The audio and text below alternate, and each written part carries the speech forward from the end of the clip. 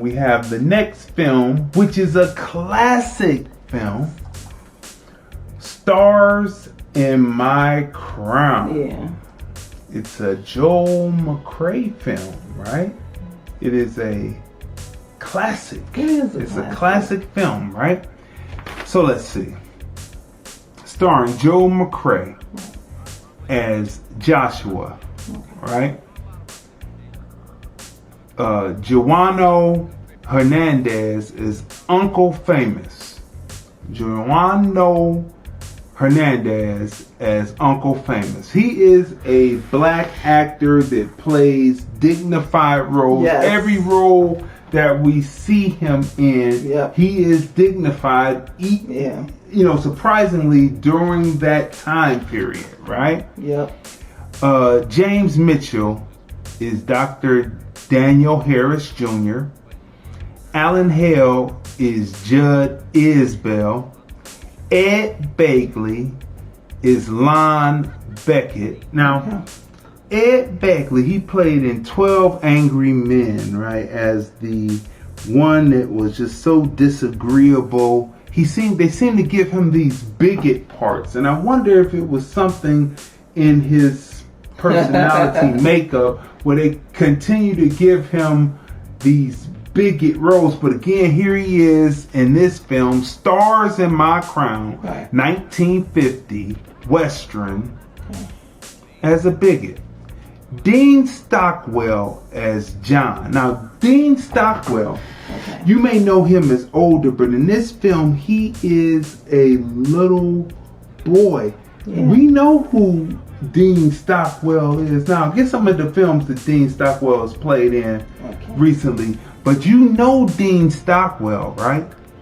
But in this film, he is a little boy, about maybe 9 or 10, right? Yeah. He is a little boy, 9 or 10, and he came all the way out through the ranks, through teenagers, through adulthood, to up to now to where he is. He is an excellent actor, and he was an excellent actor in this. And we know him from like the film Dune, Blue Velvet, Tucker, The Man in His Dream, Married to the Mob, The Player, The Rainmaker, The Last Movie. He's been in tons of films. Sons and Lovers. He is over 70 years, they said, in film. He's a quintessential actor, and being a child actor, there were some things that. But anyway, we won't speculate. But anyway. And I was just mentioning films because I don't even like on television. Twilight Zone, Alfred Hitchcock Presents, Combat, Bonanza, Mannix, Columbo, Mission Impossible, Night Gallery, Police Story, McCloud. I could go on and on. Heart to Heart, A-Team. He's a character Miami actor. Vice. He's a character actor, right? Yeah, it's tons. Then Marshall Thompson plays the narrator.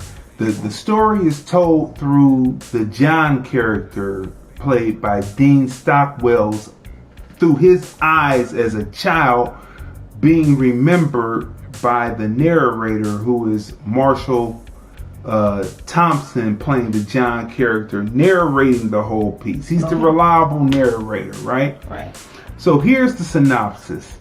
A once gunslinging, now reformed parson must find a way to keep the townsfolk on the straight and narrow through the good book while avoiding typhoid fever and a lynching. Yeah, there's a lot going on. A lot going on. It's an ensemble cast. Yeah. It is a movie from the 1950s that surprisingly stands up, and you will be on the edge of your seat when certain things are going on. Stars in My Crown, right?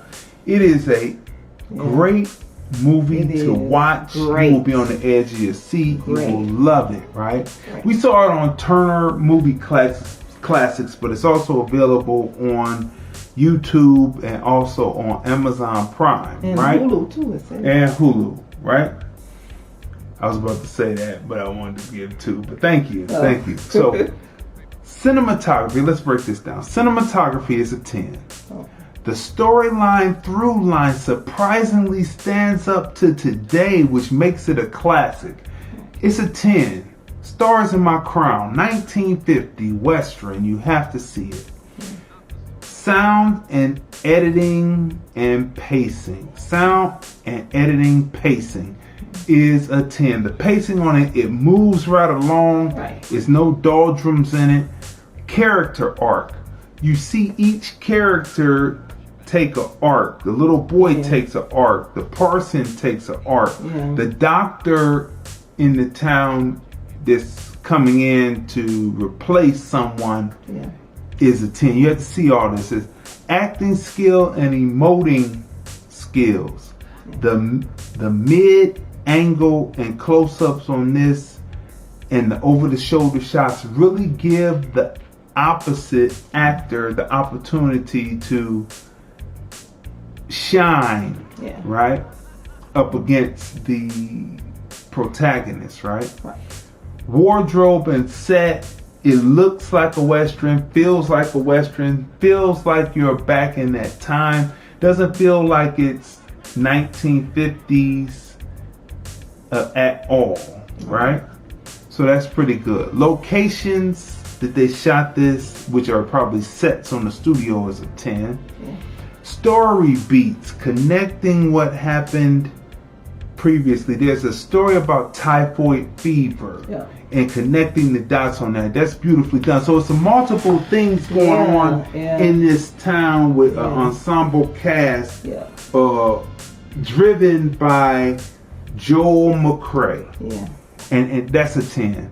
Believability. Okay. This is the movie where I gave believability an 8 because there is a lynch scene in it, right? And there are certain elements of the lynch scene that just don't ring as realistic. The setup to the lynching doesn't ring true. And you just have to see the movie and then you can rate that for yourself. But overall, it's a good movie. It's not something that's going to throw you off from the movie. But you're going to say, would that really happen? The Knight Rider, would the Knight Riders really do that? You know, so that's an 8. Historic facts. The historic facts.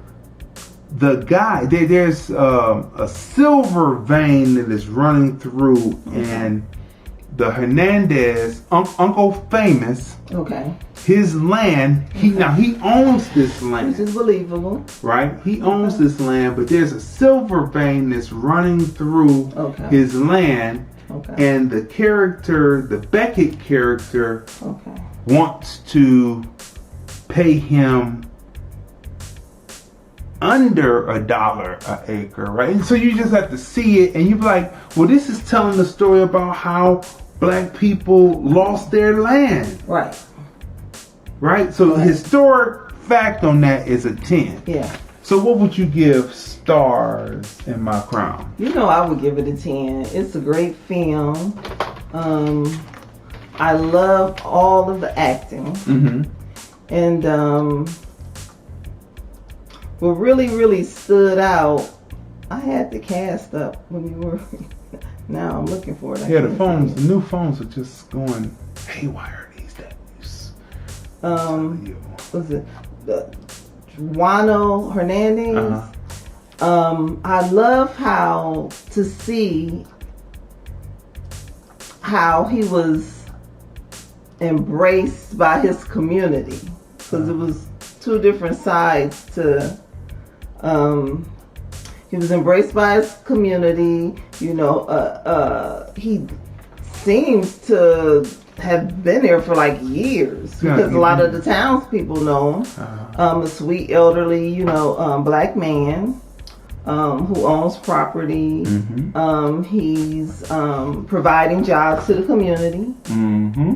So you have that storyline, which is a great storyline. And he teaches. It's kind of like a Huck Finn. And what's the slave in Huck Finn? See, I wasn't really big on that one, so I don't. Was it Tom Sawyer or something like that? Well, Tom Sawyer, Huck Finn had a friend, had the slave, and he was trying to give him the freedom. I forget. I wasn't much on Mark Twain myself, but it's a kind of a element, except for he's not a slave; he's a free man. A free man, but he has that friendship. Yeah, it kind of like took the Huck Finn, and I can't think. Boy, if someone knows the name of that particular slave in the Huck Finn, put it in there so we can read it. But well, let me go ahead. So, but the typhoid, that story, it kind of made me think of what we're dealing with today, like this pandemic, this whole coronavirus thing. So they were dealing with that. And then, so it was a lot of elements in this film. And then you had a new doctor in the community. A lot of people didn't respect him because he was younger and they were used to the older doctor, right? So you have so many elements going on in this town, and again, like the older black gentleman, right? Although there were people in the community who respected him, then you had the other side. You had Ku Klux Klan members who wanted to take over his property. What do you call them? Night Riders? So the Night Riders. So it was just like multiple stories going on at once, and there were love stories, two love stories, right? So coming of age too, the little friends, little boys. So I mean, it was well written. It was complex for 1950. Yeah, because the character. I just want to say quickly. I love how they wrote him with dignity, which was like rare during that period. Well, maybe they didn't write him with dignity. And what's his name? Jawan Hernandez. Jawan Hernandez. Right. He plays it with dignity. Maybe he got him to play it with dignity. I remember I was out here and I was acting in a person's piece. And they were saying that my character was supposed to be the comic relief, right? And it was for the 48-hour film project. Okay. And I listened to what he said, but I played him straight, right? Which caused the second character, Crime Boss 1. I was Crime Boss 1, and then there was a Crime Boss 2, Asian kid, and made him play. It made him play goofy. Okay. And I played it straight, and it stood out to the people here, because usually they have the American blacks, just my observation, playing buffoonery. And so when you see someone who plays a character, so maybe he took the role and the way he played it with the way he delivered the lines instead of the he definitely played it with dignity. He could have put it, well sir. No, he said, no sir, it's my land, and I would just like to keep my land. It's the only thing that I have. And then, so he played it, but if he said, yes sir, I just need to keep my land. Yes, what you want, Amos? You know, it's gonna be a lot of that minstrel show. We got all these minstrel videos. But anyway, another story for another time. Okay, so you gave it a 10? Definitely. Okay, so stars in my crown because of the believability of